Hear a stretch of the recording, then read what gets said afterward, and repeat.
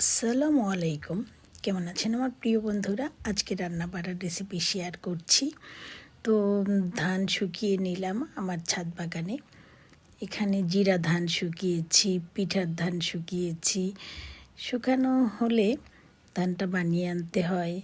আসলে আমরা যে খাই সংসারে ধান চাল অনেক পরিশ্রম করতে হয়। আমার ছাদ বাগানের গাছ সব মানুষকে দিয়ে দিয়েছি। তো ছাদে ধান শুকানো হচ্ছে। 3-4 দিন রোদে দিতে হচ্ছে, কারণ এটা শীতের ধান তো রোদ পায় না। বুঝতেই পারছেন কি কুয়াশা গেল এবার।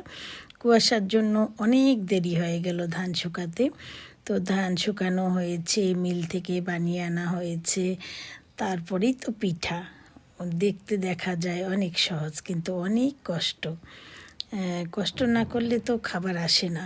মানুষ ভাবে যে এমনিতেই তো আর যারা কিনে খায় তাদের তো কোনো সমস্যা হয় না। আমরা যারা গৃহস্থ বাড়িরা আছি অনেক পরিশ্রম করি। দেখুন এই ছাদে 5 তলার উপরে ছাদ মেলে ধান মেলে দেওয়া, ধান শুকানো, আবার জড়িয়ে রাখা, একদিনে কিন্তু শুকায় না। যেমন প্রচুর রোদ হলে 2 দিনে শুকায়। আমার বাড়ির পাশেই রাস্তা, অনেক চিল্লাচিল্লি শব্দ হয়, মাইকিং হয়।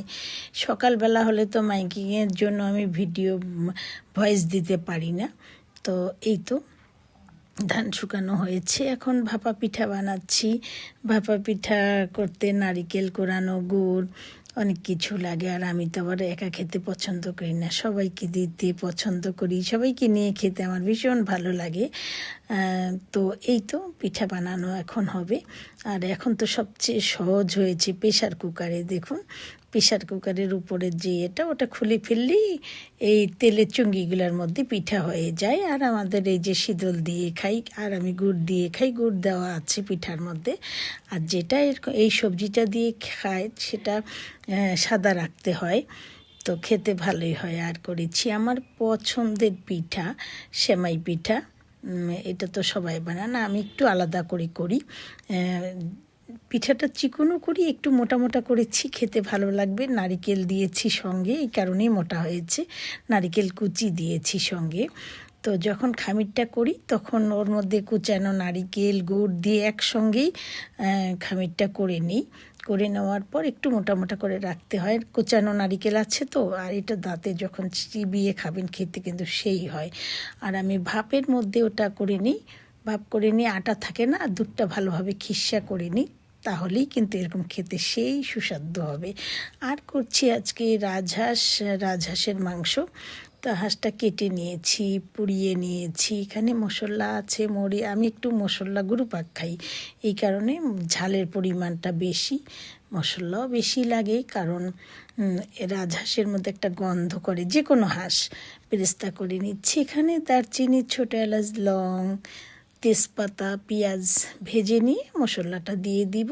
তো সব মশলা একসঙ্গে মিক্সড করে নিয়েছি, নিয়ে দিয়ে দিলাম। আপনারা বড় ভিডিওগুলো দেখবেন, তাহলে সব কিছু রেসিপিটা থাকে।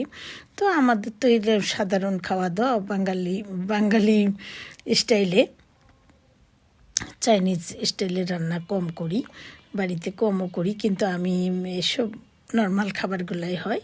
তো এই যে মাংসটা এখন ভালোভাবে কষিয়ে ঢেকে দেব।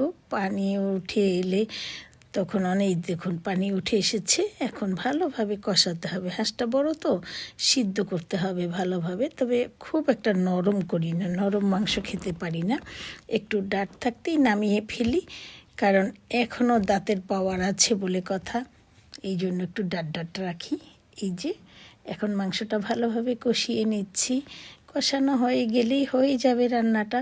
তো বন্ধুরা সবাই আমার পেজ ফলো করবেন, লাইক কমেন্ট করবেন। প্রতিদিন বলি, আসুন না আপুরা ভাইয়ারা, সবাইকে বলছি, কোনো হিংসা করবেন না। আর কম করে কেউ কমেন্ট করলে রিপ্লাই দেওয়ার চেষ্টা করবেন। আপনাদের যেমন মন খারাপ হয় আমারও কিন্তু মন খারাপ হয়। অনেক বড় বড় পেজে এত কমেন্ট করি, জীবনও রিপ্লাই করে না। হয়তো বা অনেক বেশি কমেন্ট পড়ে যায়, এই জন্য রিপ্লাই করে না। পরে মনকে এটা বলেই বোঝাই। তো যাই হোক, রিপ্লাই করলে ভালো লাগে।